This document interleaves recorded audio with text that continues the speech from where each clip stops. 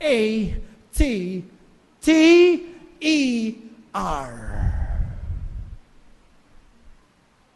Anong ibig sabihin ng treasure? Matter. Matter is anything that occupies space. Very good.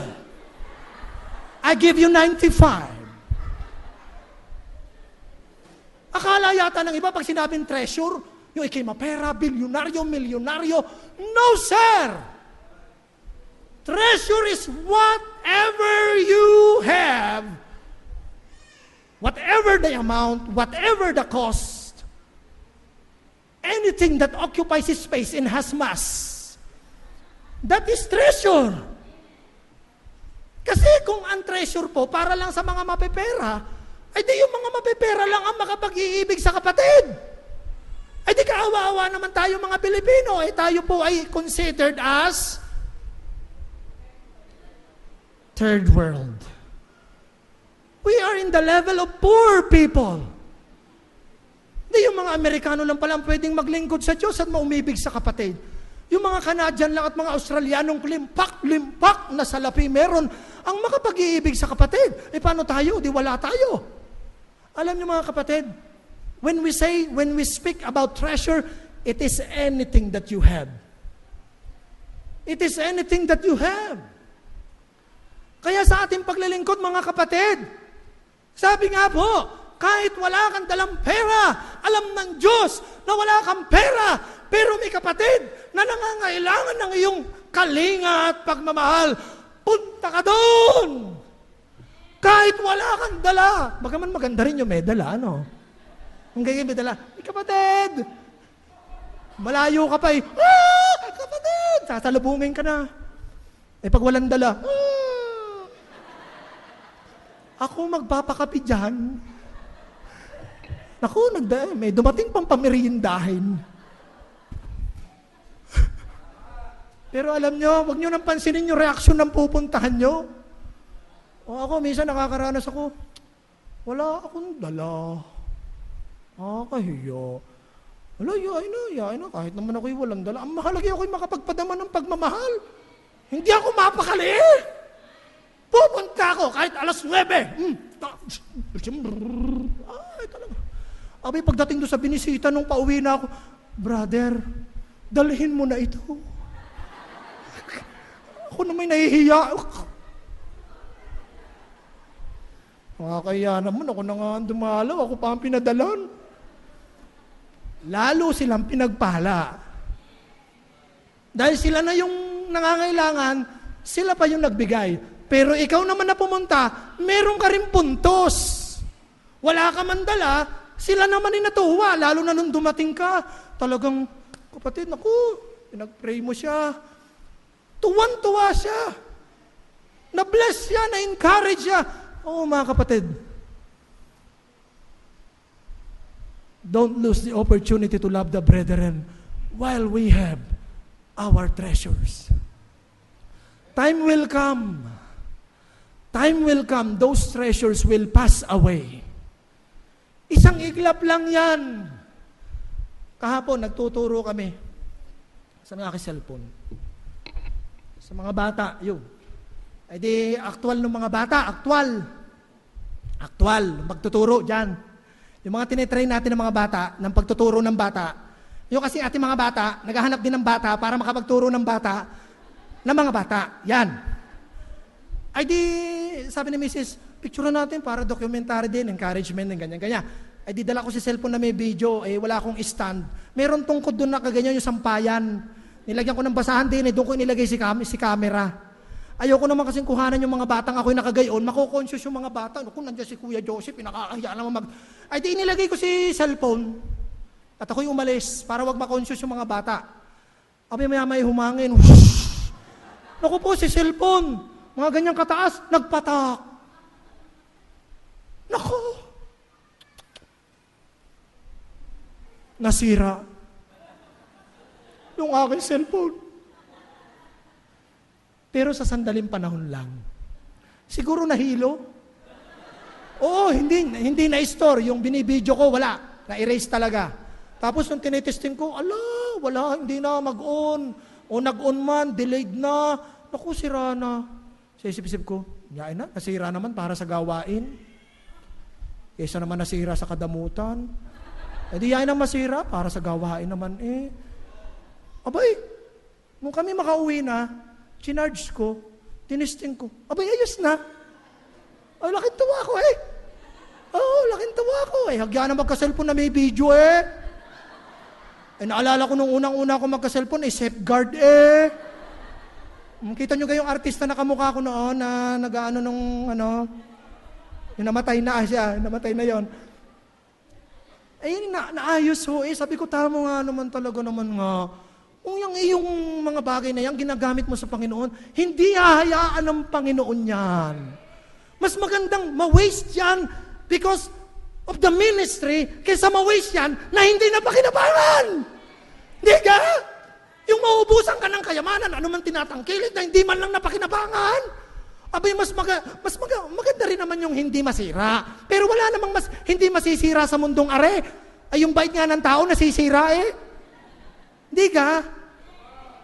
Pero, what a blessing, what an opportunity na itong mga material na bagay, mga treasure, mga tinatangkilik natin na mayroong hangganan, nasisira, nabubulok, ay nagagamit sa isang gamit na pang walang hanggan ang halaga. What's the use kung masira yung cellphone? Pero yung pagkakagamit noon ay hanggang walang hanggan. Sira na sa cellphone, pero yung naging pakinabang noon, hindi malilimutan yon. Katulad na sinabi ng Panginoon, dinamitan niyo ko, pinainom niyo ko, tinanggap niyo ko, dinalaw niyo ko, pinakain niyo ko. Nung gawin niyo ito sa mga kapatirang ito, mga kapatid, don't lose our opportunity to love the brethren. While there is treasure, while there is talent, and while there is time.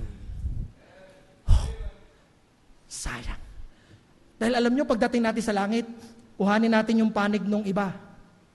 Eh, paano naman o yung mga hindi naglingkod talaga? Ano kaya reaksyon nila? Anong reaksyon ng mga hindi naglingkod? Yung nanghinayang na ibigay at ipagamit ang talento, oras at treasure nila para sa pag-ibig sa Panginoon at sa kapatid. Anong sasabihin nila pagdating sa langit? Ako! Sayang! Kadami kong sapatos doon, hindi ko man lang ibinigay yung 2 pares ko sa mga kapatid na nangangailangan. Dami kong damit doon eh. Inaamag na sa cabinet, hindi ko man lang nagawang ipamigay. Ang dami kong lupa, hindi ko man lang ipinamudmud sa mga nangangailangan kapatid. Ang dami kong sasakyan, ang dami kong ganyan. Hindi ko nagamit. Alam nyo, marami tayong panghihinayangan doon. Pero alam nyo, doon sa mga nawalan, sabihin na natin, they've wasted. They've wasted. Katulad nga nung sinabi sa mga gawa, ipinagbili nila ang lahat ng kanilang tinatangkilik para sa mga lahat ng pangangailangan ng lahat. Alam nyo, kahit sila'y naubusan, hindi kakalimutan ng Panginoon yung ating mga ginawang pagpapakita ng pagmamahal sa ating kapatiran. Sabi nga ng Panginoon, ultimo 1 basong tubig. Ang ibigay mo sa pangalan ng disipulo ay hindi salang tatanggap ng gantimpala. Aba, ay tubig pa nga lang, ay hindi nasasalang tatanggap ng gantimpala, ay lalo na yung may kulay. At lalo na yung may pambara. You say that? Ay talagang ibinaba ng Panginoon sa pinakakaliit-liit ang kakayanan ng isang disipulo para magpakita ng pagmamahal. Tubig lamang. Ang problema sa atin, tubig na nga lang, hindi pa ipabigay eh. Ano ba gayan? Wag, kapatid! Amen? Don't lose the opportunity to love while there is time, while there is talent, while there is treasure. Tayo po'y manalangin. Tayo tumayo.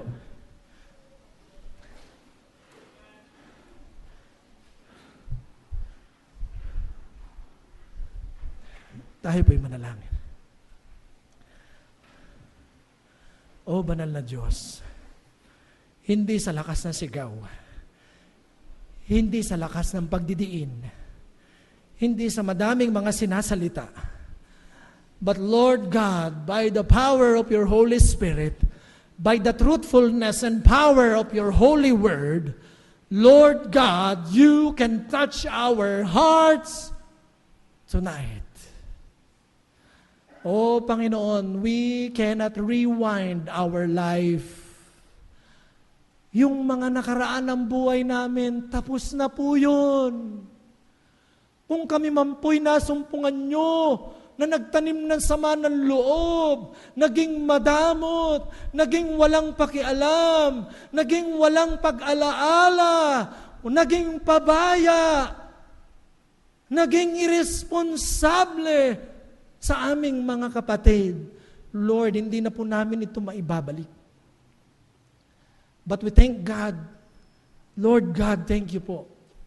Sa time na meron yung ibinibigay pa sa amin ngayon, the opportunity that you are always offering to us at this point of time. Ang buhay na taglay namin ngayon, Panginoon, ay patunay lang na binibigyan niyo pa po kami ng pagkakataon. O Diyos, naipahayag po ang inyong mga salita. Maraming pagkakataon na pag-aralan ang pag-ibig sa kapatid. At ngayon sa aming huling linggo ng buwang ito, oh God, muling mangusap kayo sa aming buhay. Habang tayo nakatungot, nakapikit mga kapatid, habang ang ating tagapagtugtog ng organ ay nag-play ng isang awit, I surrender all, maybe the song. Mga kapatid, this is high time for us to have a commitment to the Lord. Hindi ko po alam kung paano tayo kinilos ng mensahe mula pa nung magsimula tayo about brotherly love. Pero I know God knows our hearts. God knows our hearts. At kung meron pa ho tayo mga unconfessed sins in our life, with regards to our relationship sa kapatid, this is high time for us to come to the Lord. Sige po, habang tayo nakatungot, nakapikit, the altar is open. For you, my brothers and sisters, to once again confess to God, commit to God, and consecrate our life to God, especially in loving the brethren. Kapatid, kumusta ka? Ayos na ang inyong tampuhan, ang iyong galit, ang iyong selos, ang iyong inggit. Oh, kapatid, surrender it to the Lord. Mahalin natin ang ating kapatid. Habang tayo nakatungkod, nakapikit, mga minamahal, let us all come and commit ourselves. Hindi man tayo nandoon sa tinatawag na merong mga failures. Maybe we are already doing something to love the brethren, but I know we are not yet perfect. Ikaw pa rin at ako'y may pagkukulang, kapatid. And it's but good to be honest to the Lord and say, Lord, please do help me still continually.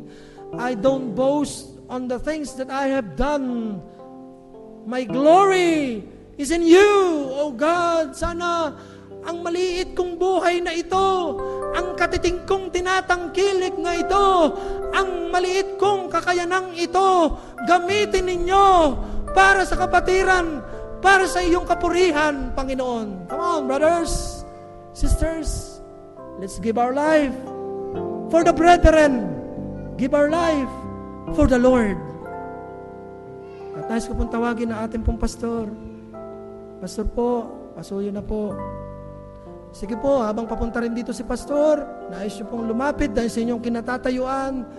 You can pray, we can kneel down and pray and come to God.